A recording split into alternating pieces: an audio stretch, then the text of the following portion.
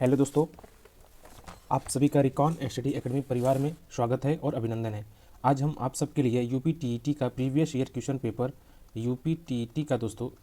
Previous year question paper Hindi का लेके आए हैं, जो बहुत ही इंपॉर्टेंट क्वेश्चन पेपर है जो 2023 में एग्जाम होने जा रहा है यूपी टीईटी का, और सुपर टीईटी के लिए बहुत इंपॉर्टेंट क्वेश्चन है दोस्तों।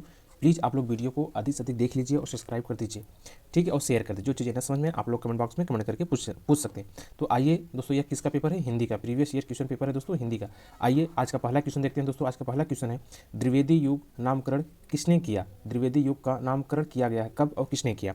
मैं बता दूं दोस्तों, द्विवेदी युग का नामकरण आचार्य महाप्रसाद द्विवेदी के नाम पर हुआ है। किसने? दोस्तों, आचार्य महाप्रसाद द्विवेदी। हमारा ऑप्शन क्या हो जाएगा दोस्तों? ऑप्शन हमारा सी हो जाएगा, ठीक है, के नाम पे हुआ है। द्विवेदी युग की समय सीमा 1900 से लेकर 1918 तक थी।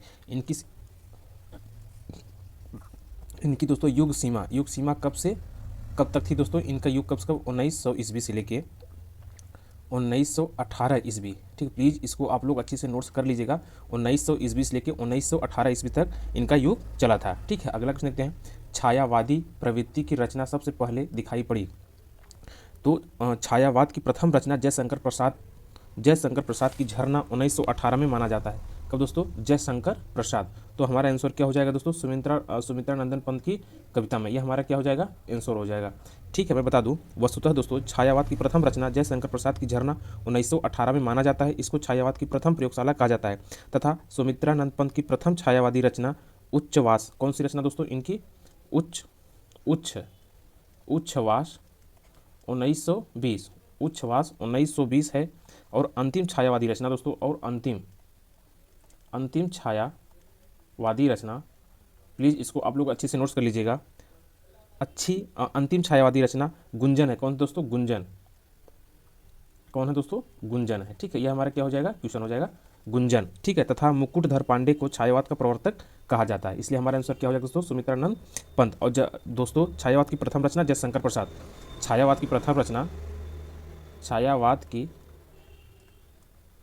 रचना कौन दोस्तों? छायावाद की प्रथम रचना किसमें प्रकाशित? जयशंकर प्रसाद। कौन दोस्तों?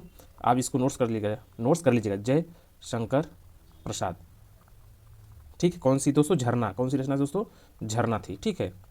ये हमारा क्या हो जाएगा? क्वेश्चन हो जाएगा, ठीक है। आज ये क्या हो जाएगा? क्वेश्चन हो जाएगा, ठीक है। अगला क्वेश्चन देखते हैं क्या है। अगला क्वेश्चन क्या है? एक दूसरे से भिन्न भिन्न नए नए विचारों एवं रचना शैलियों को जो 7 कवि प्रयोगवाद के कवि के रूप में प्रसिद्ध हुए, उनकी कविताओं का संग्रह का सही नाम था। तो क्या नाम, सही नाम क्या दोस्तों? प्लीज़ आप लोग कमेंट बॉक्स में बताइए, ठीक है। सही नाम क्या था?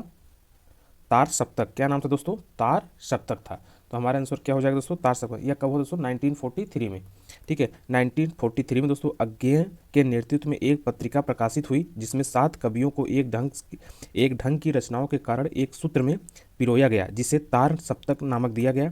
तार सप्तक के कवियों के अज्ञेय गिरजा कुमार माथुर, भारत भूषण अग्रवाल, मुक्तिबोध प्रभार माचवे और नेमी चंद्र जैन, रामविलास शर्मा थे दोस्तों। कौन से दोस्तों? तार सप्तक। हमारा आंसर क्या हो जाएगा दोस्तों? तार सप्तक हो जाएगा, ठीक है। आइए अगला क्वेश्चन देखते हैं, जो चीज़ ना समझ में आप लोग कमेंट बॉक्स में कमेंट करके पूछ सकते हैं। अपने अपने पिंजरे आत्मकथा किसकी है? अपने अपने पिंजरे 1995 में हुई थी दोस्तों। कब हुई थी? 1995 में, ठीक है। कब हुई दोस्तों? 1995 में, ठीक है। 2 भाग में मोहनदास नैमी सराय। कौन दोस्तों? 2 भाग में नैमी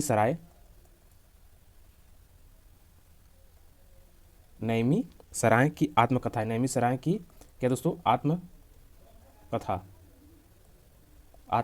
है। यह हिंदी की पहली दलित आत्मकथा है, ठीक है दोस्तों। प्लीज़ आप लोग इसको नोट्स लीजिए। हिंदी की पहली दलित आत्मकथा है, ठीक है। प्लीज़ इसको आप लोग अच्छे से नोट्स लीजिए। कौन से दोस्तों? मोहनदास नैमी सराय। हमारा आंसर क्या हो जाएगा? ऑप्शन बी, मोहनदास नैमी सराय, ठीक है। अगला क्वेश्चन देखते हैं, इत्रम रचना किसकी है? इत्रम रचना किसकी है दोस्तों? इत्रम रचना किसकी है? इत्रम मैत्रिसी पुष्पा का उपन्यास है। 1 मिनट दोस्तों। तो क्या हो जाएगा दोस्तों? आत्मकथा, ठीक है। आइए अगला क्वेश्चन देखते हैं, ठीक है। इदम त्रम रचना किसकी है? ममता कालिया की, भानु भंडारी की, चित्रा मुदगल की, मैत्री पुष्पा की। तो प्लीज़ आप लोग कमेंट बॉक्स में कमेंट करके बताइए यह किसका है दोस्तों? यह मैत्री पुष्पा का उपन्यास है। किसके दोस्तों? मैत्री पुष्पा का उपन्यास है। हमारा आंसर क्या हो जाएगा? मैत्री पुष्पा का उपन्यास है दोस्तों। इसके अन्य उपन्यासों में स्मृति दंश, बेतवा बहती रही, चाक, झूला नट, अलमा, कबूतरी आदि और उपन्यास हैं, ठीक है। अगला क्वेश्चन देखते हैं, कौन सा उपन्यास बालकृष्ण भट्ट का है? तो कौन सा दोस्तों? 100 अजान और एक सुजान।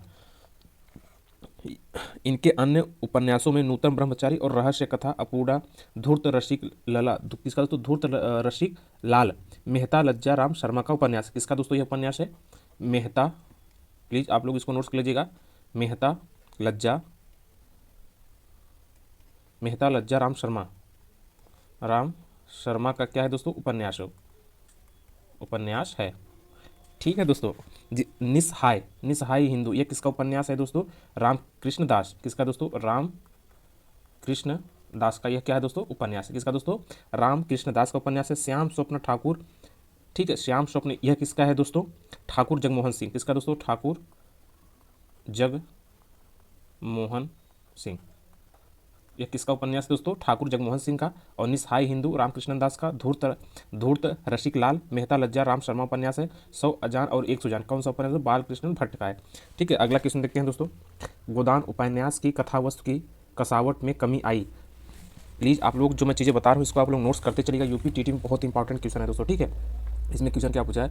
गोदान उपन्यास की कथा वस्तु की कसावट में कमी आई है। किसका? तो दोस्तों गोदान 1936 ईस्वी में मुंशी प्रेमचंद का अंतिम उपन्यास है। कौन दोस्तों? गोदान 1936 में ईस्वी में इंजीनियर मुंशी प्रेमचंद। किसका दोस्तों? 1936 ईस्वी में।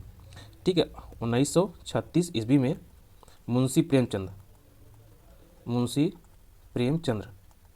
ठीक है, मुंशी प्रेमचंद का अंतिम उपन्यास है।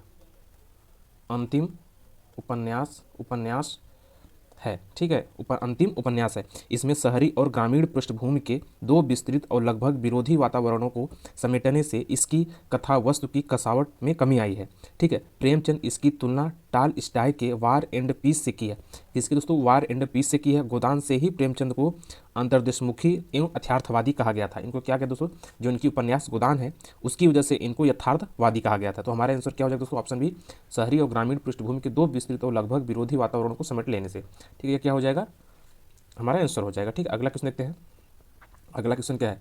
कवि केशव दास की कौन सी कृति अपने वर्ण विषय की अपेक्षा छंदों की विविधता में भटक गई लगती है? रामचंद्रिका, रसिका प्रिय, कवि प्रिय, रतन बावनी। तो कौन है दोस्तों आंसर? रामचंद्रिका। हमारा आंसर क्या हो जाएगा? रामचंद्रिका। केशव दास की रामचंद्रिका 1601 ईस्वी में आई थी। ठीक है दोस्तों, केशव दास की रामचंद्रिका जो पुस्तक यह कब आई थी दोस्तों? प्लीज़ आप लोग इसको अच्छे से नोट्स कर लीजिएगा। 1601 ईस्वी में अपने वर्ण विषय की अपेक्षा छंदों में भटक गई थी। रामचंद्रिका में 39 प्रकाशन अध्याय है। यह राम के चरित्र पर आधारित है। इसमें कितने प्रकाश हैं दोस्तों? 93 प्रकाश हैं। 39 क्या हैं दोस्तों? प्रकाश हैं। 39 प्रकाश हैं, 39 प्रकाश अध्याय हैं। ठीक है दोस्तों, और राम के चरित्र पर आधारित है। किस पे दोस्तों? राम के चरित्र पर आधारित है। प्लीज आप लोग इसको नोट्स कर लीजिएगा। अच्छा ठीक है, हमारा क्वेश्चन क्या होगा? रामचंद्रिका। अगला क्वेश्चन देखते हैं, विभावानुभाव व्यभिचारी संयोगा दृश्य निष्पत्तिः सूत्र किसका है? भरत मुनि का, कुंदक का, वामन का और क्षेमंद्र का। तो यह किसका है दोस्तों? भरत मुनि का। हमारा आंसर क्या हो जाएगा दोस्तों? भरत मुनि। आचार्य भरत मुनि रस निष्पत्ति के सर्वप्रथम व्याख्या है दोस्तों। इन्होंने परिभाषा में लिखा अर्थात इसका दोस्तों वो अर्थ क्या हो जाएगा? विभाव, अनुभव और संचारी भाव, व्यभिचारी भाव के संयोग से रस की निष्पत्ति होती है। ठीक है, अगला क्वेश्चन देखते हैं दोस्तों। आदर्श हिंदी शिक्षक के लिए आवश्यक है। एक आदर्श शिक्षक के लिए आवश्यक है कि उसे व्याकरण का ज्ञान हो। क्या दोस्तों? उसी के किसका ज्ञान हो? व्याकरण का ज्ञान हो तथा हिंदी साहित्य का भी ज्ञान हो, तथा हिंदी साहित्य का भी दोस्तों उसको ज्ञान हो एवं शुद्ध उच्चारण भी करना चाहिए। ठीक है, तो हमारा आंसर क्या हो जाएगा? उपयुक्त सभी। ये हमारा क्या हो जाएगा? आंसर हो जाएगा। ठीक है, अगला क्वेश्चन देखते हैं। नाटक शिक्षण की उपयुक्त विधि है कक्षा अभिनय प्रणाली, अर्थबोध प्रणाली, रंगमंच प्रणाली, व्याख्या प्रणाली। ठीक है, तो कक्षा अभिनय प्रणाली नाटक शिक्षण के लिए सर्वाधिक उपयुक्त विधि है। तो हमारा आंसर क्या हो जाएगा? कक्षा अभिनय प्रणाली। यह क्या हो जाएगा? हमारा आंसर हो जाएगा। ठीक है, कक्षा अभिनय प्रणाली। ठीक है, अगला क्वेश्चन देखते हैं। लोक मंगल की भावना के सर्वश्रेष्ठ कवि इनमें से कौन से हैं? मालिक मोहम्मद जायसी, गोस्वामी तुलसीदास, सच्चिदानंद, हीरानंद, वात्स्यायन अज्ञेय, मुक्तिबोध। ठीक है, तो हमारा आंसर इसमें क्या हो जाएगा दोस्तों? गोस्वामी तुलसीदास। हमारा आंसर क्या हो जाएगा दोस्तों? गोस्वामी तुलसीदास। लोक मंगल की भावना के सर्वश्रेष्ठ कवि गोस्वामी तुलसीदास जी हैं। तुलसीदास जी को लोक मंगल का कवि ठीक दोस्तों, लोक मंगल का कवि आचार्य रामचंद्र शुक्ल ने कहा था। किसने कहा था दोस्तों लोक मंगल का कवि? तुलसीदास को आचार्य रामचंद्र शुक्ल। इसने कहा दोस्तों आचार्य रामचंद्र शुक्ल ने कहा था। ठीक है, अगला क्वेश्चन देखते हैं। निम्नलिखित में से दंतव्य वर्ण है। दंतव्य का वर्ण क्या होगा दोस्तों? दंतव्य। दंतव्य इसमें तार दंत, तो हमारा आंसर क्या हो जाएगा? त हलंत। ठीक है, अगला क्वेश्चन। निम्नलिखित में से तत्सम शब्द है। ठीक है, निम्न में से दूध तत्सम है। दुग्ध, सॉरी दोस्तों, दुग्ध क्या है? तत्सम है। ठीक है, दुग्ध का तद्भव दूध होता है। इसका तद्भव क्या होगा दोस्तों? तद्भव। इसका तद्भव क्या हो जाएगा दोस्तों? दूध। ठीक है, इसका तद्भव क्या हो जाएगा? दूध हो जाएगा। ऊँट का तत्सम उष्ट होता है और इसका तद्भव क्या हो जाएगा? उष्ट्र। ठीक है, इसका तद्भव क्या हो जाएगा? ऊँट का उष्ट हो जाएगा। कांठ का काष्ठ हो जाएगा। कांठ का तद्भव क्या हो जाएगा? काष्ठ, काष्ठ। ठीक है, एवं काम का तत्सम कार्य होगा। काम का तत्सम क्या होगा दोस्तों? कार्य होगा। ठीक है, कार्य होगा। आइए अगला क्वेश्चन देखते हैं। हिंदी शब्दकोश में पहले आने वाला शब्द है वक्त, वक्र, वरक, वर्ग। तो इनमें से वक्त हिंदी शब्दकोश में पहले आने वाला शब्द होगा, क्योंकि कौन सा दोस्तों? वक्त। हमारा आंसर क्या हो जाएगा? वक्त। क्योंकि वक्त का दोस्तों क्या हो जाएगा? वक्त व प्लस क प्लस, तो इसका संधि विच्छेद हो जाएगा वक्त का। और वरक का क्या क्या हो जाएगा दोस्तों? वरक का व प्लस र प्लस क हो जाएगा। ठीक है, हमारा आंसर क्या हो जाएगा दोस्तों? वक्त ही होगा। मैं बता देता हूँ। और वक्र का, ठीक है, वक्र का क्या हो जाएगा? व प्लस क र, व प्लस क और प्लस र। और वर्ग का क्या हो जाएगा? व प्लस र प्लस ग। ठीक है, ये हमारा क्या हो जाएगा? आंसर हो जाएगा। हमारा आंसर क्या हो जाएगा? वक्त हो जाएगा। ठीक है, अगला क्वेश्चन देखते हैं। मोक्ष की इच्छा करने वाला, मोक्ष की इच्छा करने वाला वाक्यांश के लिए सही शब्द है। तो दोस्तों मोक्ष की इच्छा करने वाला एक शब्द मुमुक्षु। क्या हो दोस्तों? मुमुक्षु। हमारा आंसर क्या हो जाएगा? मुमुक्षु हो जाएगा। ठीक है, अगला क्वेश्चन देखते हैं। हिंदी शब्दकोश में अ किस वर्ड से पहले आता है? आओ, अहाँ, आ। तो कौन आता है दोस्तों हिंदी शब्दकोश में? कौन दोस्तों? सबसे पहले आता है। ठीक है, और वर्ड से पहले आता है। जो है दोस्तों वर्ड से पहले आता है। तो हमारा आंसर क्या हो जाएगा? ठीक है, अगला क्वेश्चन क्या है? उपकार में न मानने वाला वाक्यांश के लिए सही शब्द है कृतज्ञ, कृतज्ञ, उपकारी, अपकारी। तो क्या हो जाएगा दोस्तों? कृतघ्न, कृतघ्न। ठीक है, हमारा आंसर क्या हो जाएगा? उपकार को न मानने वाला कृतघ्न। ठीक है, और उपकार को मानने वाला कृतज्ञ होता है। और उपकार को, ये दोस्तों कृतज्ञ किसके लिए होता है? उपकार को मानने वाला। ठीक है, उपकार को मारने वाला। अगला क्वेश्चन देखते हैं।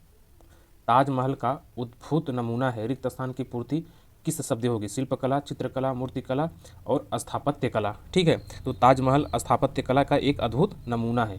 स्थापत्य कला का क्या है दोस्तों? एक अद्भुत नमूना है। ठीक है, व्यक्ति को किन कर्त व्यय विमूढ़ बना देती है? दुविधा, विविधा, सुविधा, अविधा। तो क्या बना देती है दोस्तों? दुविधा। क्या बना देती है? दुविधा। ठीक है, क्या बना देती है? दुविधा। अगला क्वेश्चन देखते हैं। लेखक शब्द के अंत में कौन सा प्रत्यय लगा हुआ है? क, आक, इक, अक। तो कौन सा प्रत्यय लगा हुआ दोस्तों? अक, लेखक। हमारा आंसर क्या हो जाएगा? लेखक। लेखक शब्द में दोस्तों अंत में अक प्रत्यय लगा है। शब्दों के बाद जो अक्षर या अक्षर समूह लगाया जाता है उसे प्रत्यय कहते हैं। ठीक है, लेखक में दोस्तों लेख धातु में अक प्रत्यय लगाकर लेखक शब्द बना हुआ है। अगला क्वेश्चन देखते हैं। निम्न में से कौन सा पाठ्य पुस्तक का गुण नहीं है? सोद्देश्यता, उपयुक्तता, अशुद्धता, क्रमबद्धता। तो कौन नहीं है दोस्तों? प्लीज़ आप लोग कमेंट बॉक्स में बताइए। अशुद्धता। ठीक है, हमारा आंसर क्या हो जाएगा? अशुद्धता। एक अच्छी पाठ्य पुस्तक के निर्माण में दोस्तों सोद्देश्यता, एक अच्छी जो पाठ्य पुस्तक होती है उसके के लिए दोस्तों सोद्देश्यता होता है। ठीक है, और उपयुक्तता का तथा और क्रमबद्धता का गुण होना चाहिए। उपयुक्त का भी और क्रमबद्धता का, इन तीनों का क्या होना चाहिए? गुण होना चाहिए। गुण होना चाहिए। ठीक है, गुण होना चाहिए। अगला क्वेश्चन देखते हैं।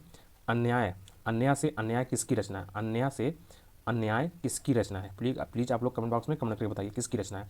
मैत्रेयी पुष्पा की, मृदुला मगर की, कृष्णा सोपती की, प्रभा खेतान की। तो यह किसकी है दोस्तों? प्रभा खेतान की। हमारा आंसर क्या हो जाएगा? प्रभा खेतान। अन्या से अनन्या प्रभा खेतान की आत्मकथा है दोस्तों। मैत्री पुष्पा की आत्मकथा कस्तूरी कुंडल वैसे तथा गुड़िया भीतर गुड़िया। ठीक है, मैत्री पुष्पा कौन सा है दोस्तों? कस्तूरी कुंडल है। कौन सी दोस्तों? कस्तूरी कुंडल है। ठीक है, अगला क्वेश्चन देखते हैं। निम्नलिखित में से पंक्तियों में कौन सा अलंकार है? फूले काश सकल मई छाई, जनु वर्षा ऋतु प्रकट बुढ़ाई। ठीक है, तो कौन सा हो जाए? तो उत्प्रेक्षा। हमारा आंसर क्या हो जाएगा इसमें? उत्प्रेक्षा। तो तुम्हें उत्प्रेक्षा अलंकार होगा। कौन सा दोस्तों? उत्प्रेक्षा अलंकार होगा। जब उपमेय में उपमान की कल्पना या संभावना की जाए वहाँ उत्प्रेक्षा अलंकार होगा, अथवा जब प्रस्तुत में प्रस्तुत की कल्पना हो तथा वहाँ उत्प्रेक्षा अलंकार होगा। इसमें मनु, मानो, मनहु, जनु, जानो, जनहु वाचक शब्द आते हैं। ठीक है, आइए अगला क्वेश्चन देखते हैं। अमीय, क्या दोस्तों? अमीय, हलाहल, मधभरे, श्वेत, श्याम, रतनार और जियत मरत, झुकी झुकी परत जेहि चितवत एक बार, किस कवि द्वारा लिखी लिखी काव्य पंक्तियाँ हैं? देव, रसलीन, बिहारी, मतीराम। तो कौन है दोस्तों? रसलीन। हमारा आंसर क्या हो जाएगा दोस्तों? रसलीन हो जाएगा। ठीक है, रसलीन हो जाएगा। उपयुक्त पंक्तियाँ दोस्तों रीतिकाल की कवि रसलीन की है। किसकी दोस्तों? रीतकालीन। रीत, ठीक है दोस्तों, कब की है दोस्तों? रीतिकाल, रीतिकाल। ठीक है, रीतकाल में रीतबद्ध धारा के विशिष्टांग निरूपक आचार्य हैं दोस्तों। इनकी प्रमुख कृति अंगद पर्ण और रस प्रबोध है। ठीक है, अगला क्वेश्चन देखते हैं। आवारा और मसीहा जीवनी में किसका जीवन चरित्र है? ठीक है, आवारा मसीहा में शरत चंद्र चट्टोपाध्याय का जीवन चरित्र वर्णित है दोस्तों। किसमें दोस्तों? आवारा मसीहा में। किसका दोस्तों? शरत चंद्र चट्टोपाध्याय, शरत चंद्र चट्टोपाध्याय का इसमें क्या है दोस्तों? इनका जीवन चरित्र। आवारा मसीहा में दोस्तों क्या है? इनका जीवन चरित्र, जीवन चरित्र वर्णित है। ठीक, इनका जीवन चरित्र वर्णित है। इसके लेखक विष्णु प्रभाकर हैं। इसके लेखक कौन है दोस्तों? लेखक विष्णु प्रभाकर। प्लीज़ आप लोग इसको अच्छे से नोट्स कर लीजिएगा। विष्णु प्रभाकर है। इसकी रचना तिथि 1974 में होती। ठीक है दोस्तों, इसकी रचना तिथि प्लीज़ आप लोग इसको नोट्स कर लीजिएगा। 1974 में कब होती दोस्तों? 1974 में होती है। ठीक है, अगला क्वेश्चन देखते हैं। पिता कहानी के लेखक कौन है? ठीक है, शेखर जोशी। तो कौन है दोस्तों पिता की कहानी के लेखक? ज्ञान रंजन। कौन है दोस्तों? ज्ञान रंजन। हमारा आंसर क्या हो जाएगा? ज्ञान रंजन है। इसकी अन्य कहानियाँ भी दोस्तों जैसे फेस के इधर उधर, यात्रा, क्षणजीवी, सपना नहीं, उदय प्रकाश की कहानी है। ठीक है, और उदय प्रकाश की कौन सी कहानी है दोस्तों? फेस के इधर उधर,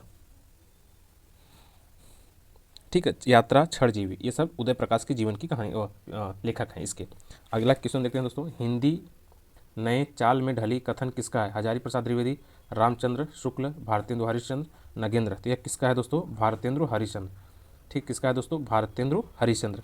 हिंदी नए चाल में ढली कथन भारतेंदु हरिश्चंद्र जी का है। भारतेंदु ने राजा शिव प्रसाद, सितारे हिंद और राजा लक्ष्मण सिंह की भाषा के मध्य का मार्ग निकाला और अपनी कालचक्र नामक पुस्तिका में कहा हिंदी नए चाल की ढली है।